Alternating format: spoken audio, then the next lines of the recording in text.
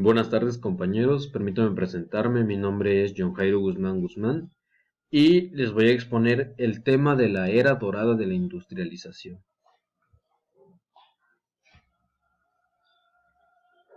Bueno, este periodo abarca de 1940 a 1970.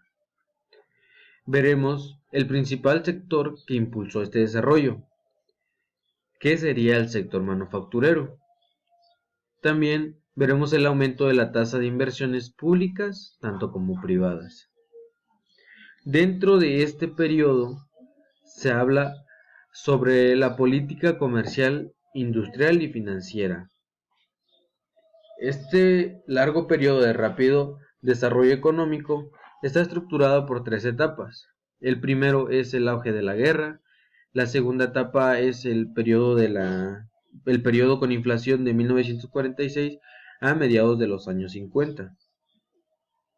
Y el último, que es el periodo que va hasta 1970, que se le dio por nombre la etapa del desarrollo estabilizador. Bueno, el Estado mexicano se convenció de que tenía que desempeñar un papel activo en la inversión y en la producción si México quería desarrollarse. A finales de los años 30 controlaba recursos fundamentales y había aumentado en forma significativa el número de instrumentos de política económica. Pero estaba por verse si iba o no tener éxito en convertir la recuperación económica de la segunda mitad de los años 30 en un impulso de crecimiento sobre las bases permanentes. Durante los siguientes 30 años, la economía de México creció a una tasa sostenida anual de 6.4% en términos reales, y el Producto Interno Bruto per cápita creció de 3.2%. Como les mencionaba al principio, el sector manufacturero fue el motor de crecimiento y una tasa de incremento de la producción del 8.2%. Y durante la mayor parte del periodo, el dinamismo del mercado doméstico fue su mayor fuente de demanda. El país se transformó de una sociedad agraria a una urbana, semi-industrial. La proporción de la población que habitaba áreas urbanas creció de 35 a 58%, en tanto a la población total crecía de 20 a 48 millones. Y la proporción de la producción manufacturera pasaba de 15 a 23.3%. La tasa de inversiones aumentó un 11.4%, ya que se encontraba en el 8.6% y ascendió hasta el 20% del PIB. Y la participación de la inversión privada en el PIB pasó de menos de 5 a más de 13%. También se reflejó la tasa de alfabetización, que casi se duplicó, alcanzó el 76% en 1970. La política comercial, industrial y financiera. En este periodo, cuando Manuel Ávila Camacho asumió la presidencia en 1940, la industrialización se convirtió en el objetivo principal de la política económica de México. El esfuerzo industrializador se dio junto con la profundización de la protección comercial. Se convirtió en un instrumento clave de la estrategia de desarrollo. En 1943 fue una fecha importante, ya que en plena guerra mundial México y Estados Unidos firmaron un acuerdo comercial bilateral comprometiéndose ambas partes a congelar las tarifas de varios productos. Sin embargo, al siguiente año, en 1944, el gobierno mexicano anunció un sistema de controles a la importación con el propósito de proteger a las industrias nacionales de la competencia del exterior. Desde un principio, el sistema se justificó oficialmente como una medida de defensa contra el dumping, es decir, el dumping, para evitar vender sus productos o el producto por debajo del precio normal o en ocasiones o incluso por debajo del costo de producción y para asegurar el uso efectivo de las reservas de divisas acumuladas. Pero en 1947, cuando el sistema de control a las importaciones se empezó a aplicar, el proteccionismo había sido adoptado oficialmente como un instrumento clave de la política de desarrollo de gobierno. También en ese mismo año se sustituyeron las tarifas específicas por las tarifas ad valorem. Eh, Ad valorem es un impuesto que se fija en función de precio de producto o servicio. Bueno, a lo largo de los años 50, la protección comercial amplió sus alcances, generalizando la exigencia de permisos de importación para estimular prácticamente cualquier industria que sustituyera las importaciones. A medida que la sustitución de importaciones se A medida que la sustitución de importaciones se contempla en la mayoría de los bienes de consumo no durable y los bienes intermedios ligeros, a principios de los años 60 la política comercial e industrial se enfocó más en el desarrollo de bienes de consumo durable, intermedios pesados y a los bienes de capital.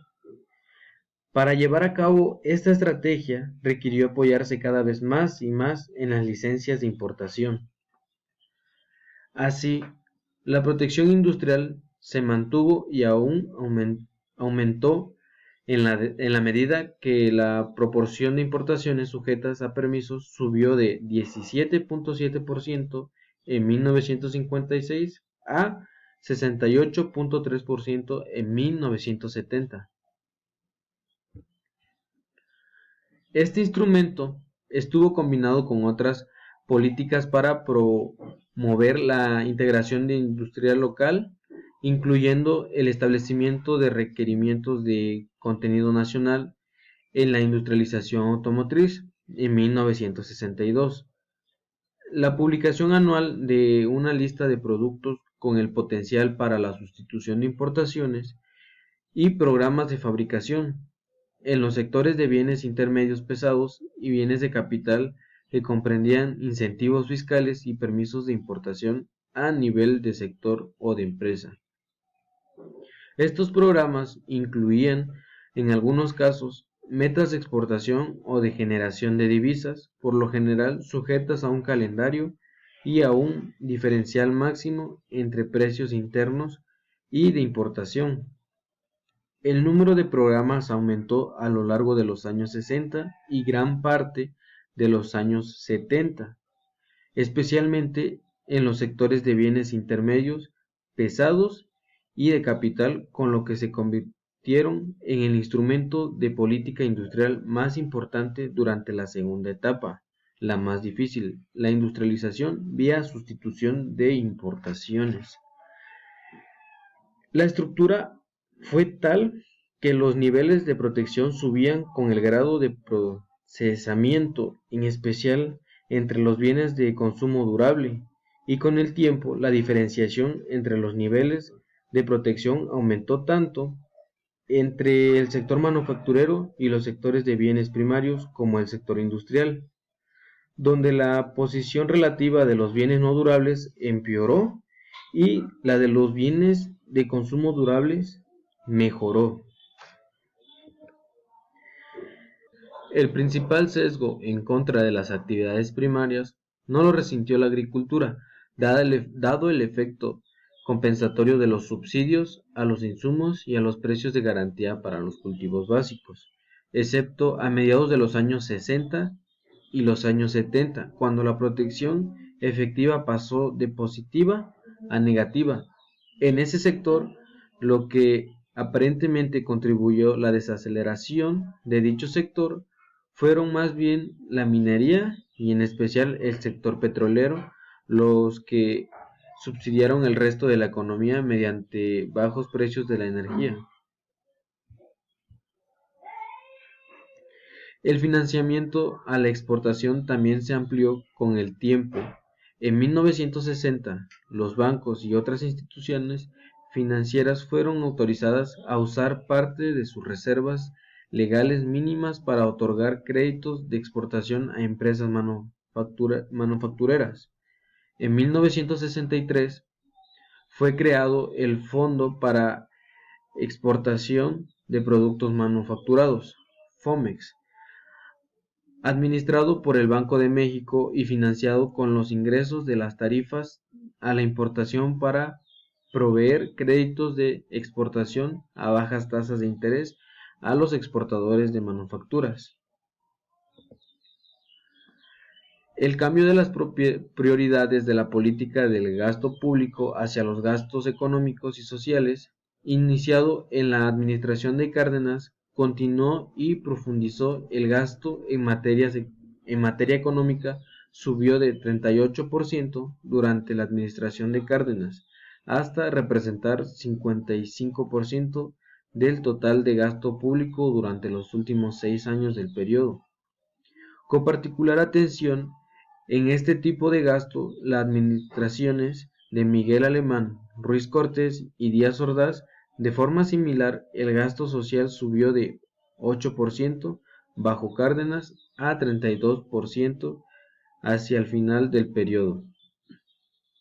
La inversión pública experimentó un crecimiento sistemático, aumentó su participación en el PIB de 3% bajo Cárdenas a 6% bajo la administración de Díaz Ordaz. Su composición reflejaba las prioridades de la estrategia del desarrollo industrial.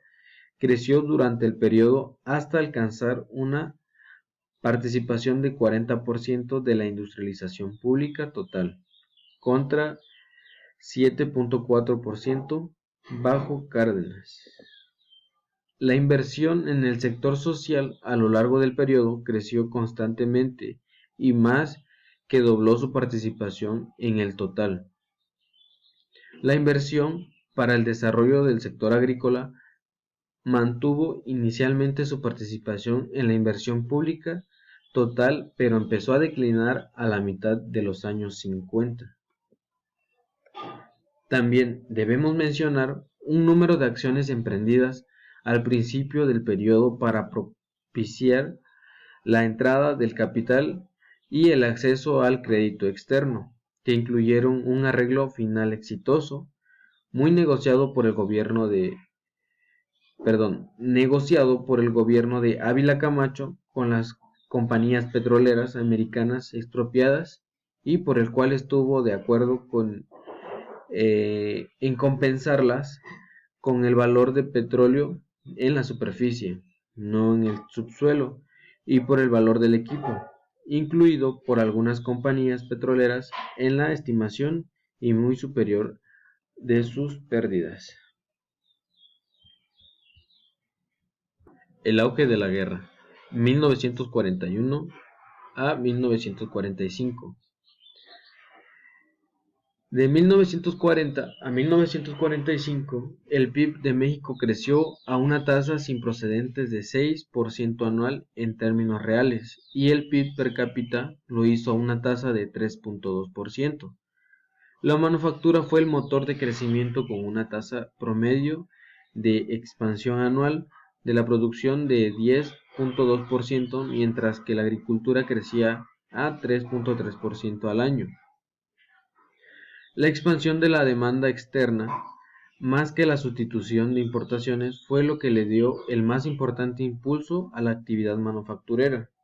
El resultado fue que las exportaciones de manufactura aumentaron su participación en 6 veces, el total de las exportaciones de 7% a casi 40% en 1945, porcentaje que no habría de alcanzar nuevamente sino hasta los años 80. También podemos observar que la industria textil fue la más beneficiada por el auge del exportador. Los productos textiles, que representaban menos de 1% de las exportaciones en 1939, participaron con 20% de las exportaciones en 1945. La